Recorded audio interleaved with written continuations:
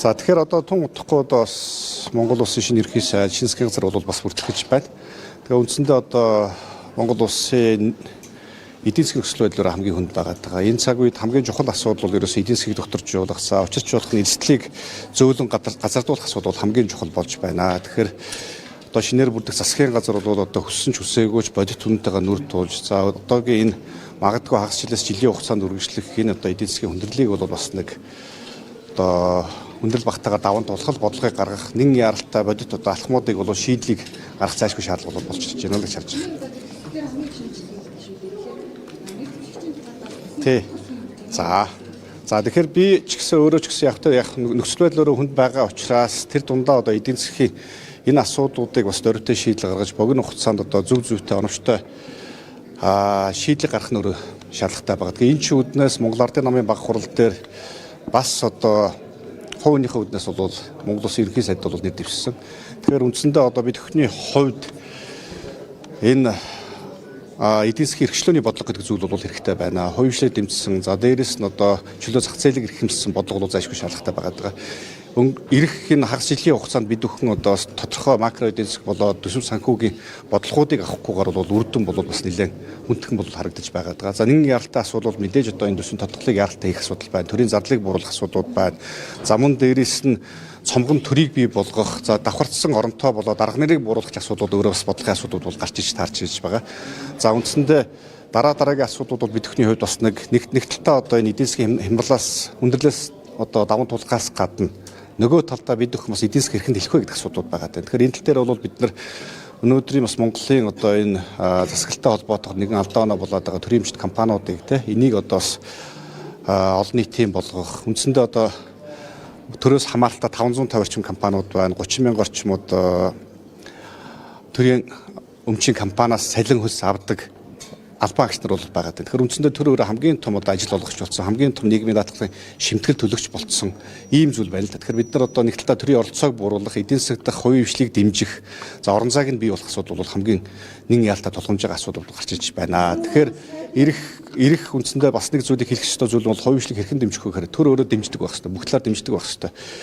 Өнөөдөр үндсэндээ хөгжлийн хамгийн гол түлхүүр нөр хувийн хвшил болчиход байгаа. Өнөөдөр нэг энгийн жишээгээ даваад үзэх юм бол засгийн газар дээр 2300 орчим одоо журмууд байна. Засгийн газар хамааралтай. Үүнээс 95 орчим хувь нь буюу 2100 орчим засгийн газраас гаргасан журам байна. 900 орчим нь одоо хуулиас давсан журмууд, татвар хураамж авах, төлбөр хураамж авах, үйлчлэгийн төлбөр шахах юм асуудал байна. Тэгэхээр эднийг бол бид нар хүчингү болгох, цуцлах, хязгаарлах, хойшлуулах асуудлууд бол байгаа.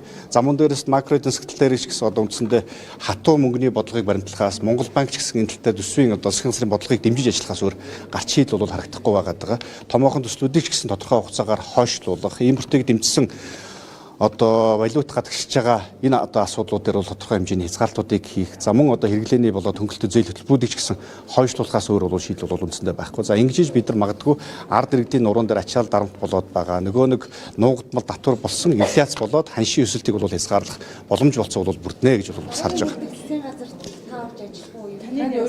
Сангийн сайд, уулуурын сайд гэдэг янз янзаар яригдчихлээ. За зүгээр би нэг талаа ёс зүйн үеийн асуудлыг ярих нь бол буруу гэж харж байгаа. Би ч гэсэн өөрөө баг урал дээр бас одоо эргэлж намгийн сандар занц тархтаа өрсөлдсөн. За нөгөө талаа эдийн засгийн нөхцөл байдал хүнд байгаа энэ цаг үе дээр бол хувийнхээ үднээс их хурал дээрээ ч гэсэн төсөв санхүү эдийн засгийн чиглэлээр бол бүх талаар бол дэмжиж ажилланаа. Тэгээ засгийн газрын бүрэлдэхүүний асуудлыг ярих асуудал бол ерөөсөө ерөнхий сайдын бүрийн эрхийн асуудал. Тэгэхээр мэдээж би бол хэлэх зүйл бол төсөв санхүүгийн чиглэлээр нөхцөл байдал хүндэрж байгаа хямарч байгаа энэ цаг үе дээр бол миний би одоо бас ямар ч бай зөвхөн төсөв санхүүгийн чиглэлээр л одоо дэмжиж ажиллаж болно. Бусдаар бол ямар нэг над бол амбиц болоод сонирхол бол байхгүй л гэдэг тааханд бас хэлэх баг. Тэгээ аж ахуйн нэгжид дэмжсэн хөтөлбөрийн бодлогыг одоогийн бүртгэгдсэн газар бүхэн яаж өгж оруулж ирэх ёстой юм бэ? Одоо цагаар бас өргөн баригдсан байгаа. Татварын багц хууль болоод нийгмийн даатгал багц хуулиуд бас хамгийн сүүлийн моментын дээр өргөн баригдсан. Нэг талдаа би бас зүгээр улс төрийн оноо цуглуулах гэсэн тийм алхам биш байсан байгаасаа гэж бол харж байгаа. За нэг нөгөө хэлэхэд бол үндсэндээ эдийн засаг хүндрэхийн 1 жилийн хугацаанд бид бүхний хувьд бол ямар нэг байдлаар одоо юу гэдгийг татвар хураамжтай холбоотой нийгмийн даатгалтай холбоотой асуудлуудыг их цогцоор нь томоор нь харж авч үзэх шаардлага байгаа. За би ч гэсэн өөрөө төсвийн байгууллагын дарга байсан. хувийнхаа үднээс бас нэг жил гаруй хугацаанд боловсруулсан хуулийн төсөл маань бол бас бэлэн болоод явж байгаа. Нийгмийн эдийн засгийн хөгжлийг дэмжих татврын бодлогын тухай хууль гэдэг хууль бол байгаа. Тэгээ энэ өөрөө Монгол улс одоо хүртэлх одоо татврын бодлогогүй явж ирсэн. Татврын ерөнхий хууль бол процессын хууль байгаа. Тэгэхээр бид бүхний хувьд одоо цаашид энэ эдийн засгийг хэрхэн дэмжих вэ? Энэ нийгмийн асуудлуудыг хэрхэн шийдэх вэ? Мөн татврын бодлогоор одоо тодорхой энэ шууд болон үйл ажиллагаа орлогоос нь аж ахуйн нэгж байгууллага иргэдээс авж байгаа татрын асуудлыг хөнгөвчлөх, дарамт ачааллыг нь бууруулах чиглэлээр бол дөрвтэй шинжилгээ хийх зайлшгүй шаардлагууд байна гэж харж байгаа. Энэ ч үднээс хувийнхаа үднээс дэвшүүлсэн, намын бах хуралдаар дэвшүүлсэн мөрийн хөтөлбөр маань бол эдийн засгийн эрхчлөөний бодлого гэдэг зүйл байгаа. Тэгэхээр бид бүхэн одоо үндсэндээ аж ахуйн нэгж байгууллагч гэсэн эдийн засгийн эрхчлөөг хүсэж байна. Ард иргэд бүгдөө улс төр болоод үзэл санааны бас эрхчлөө ил шинжилгээг бол хүсэж байгаа. Тэгэхээр энэ дээр бол хүлээлтэд нийцсэн одоо шийдлүүдийг зоригтой алхмуудыг бол энэ засгийн газар бас авч хэрэгжүүлнэ гэж бол бас итгэж найдаж байгаа. Төсөв санхүүгийн асуудал дээр сая замд шатар дараа бол 97 хоногтой багтаагаад тодтол оруулж ирнэ гэдэг зүйлийг ярьчлаа шүү дээ. Харин тийм нөхцөл шаардлага үүсээд байна уу? За. Орчмоор энэ болгох боломжтой гэж үү? Таны бодлоор дараа бас. Тэглэг байх. Үндсэндээ нөгөө төрийн зардал болоод төсвийн зардлын чинь 60-70% нь бол манайх бүгд импорт болоод гадагшлагын асуудал байна. За мөн дээрээс нь төсвөөс гадуур үндсэндээ Монгол улсын их хурлын хяналтанд байдаггүй төсвөөс гадуур зардлын асуудлууд бас байгаад байгаа. Орон нутгийн төсвөтэй холбоотой асуудлууд байна. Томоохон нөгөө төсөл хөтөлбөртэй холбоотой асуудлууд байна. Энэ дээр бол одоо бид нар бодит оншоон тавьж энийг тодорхой хэмжээнд хойшлуулах, хязгаарлах асуудлуудыг тавихгүй бол үндсэндээ энэ ханшийн өсөлтөөр дамжиж тухайн тэр одоо импортын валют импортын хэрэглэнээс болж валютын гадах урагшлаас болж бол үндсэндээ ханш өөрөөс чинь инфляцээр одоо нэмэлт дарамтыг бол учруулж байна. За өнөөдөр үндсэндээ одоо бид бүхний өнгөрсөн онд өсөв баталж явах үед тооцож байсан эдийн засгийн өсөлт 7.6% гэдэгт бол хүрэхгүй нь бол ойлгомжтой тодорхой болсон. За 4 сарын эцсийн байдлаар аваад үзэх юм бол оны эхний улирлаар бол 2.4% байгаа байна. Тэгэхээр цаашдаа магадгүй эдийн засгийн хэмжээнд хадгалагдах ийм эрсдэл бол байна. Төсвийн орлого доотлол магадгүй 3-4 их 80-аар бол дутах ийм эрсдэл бол байна.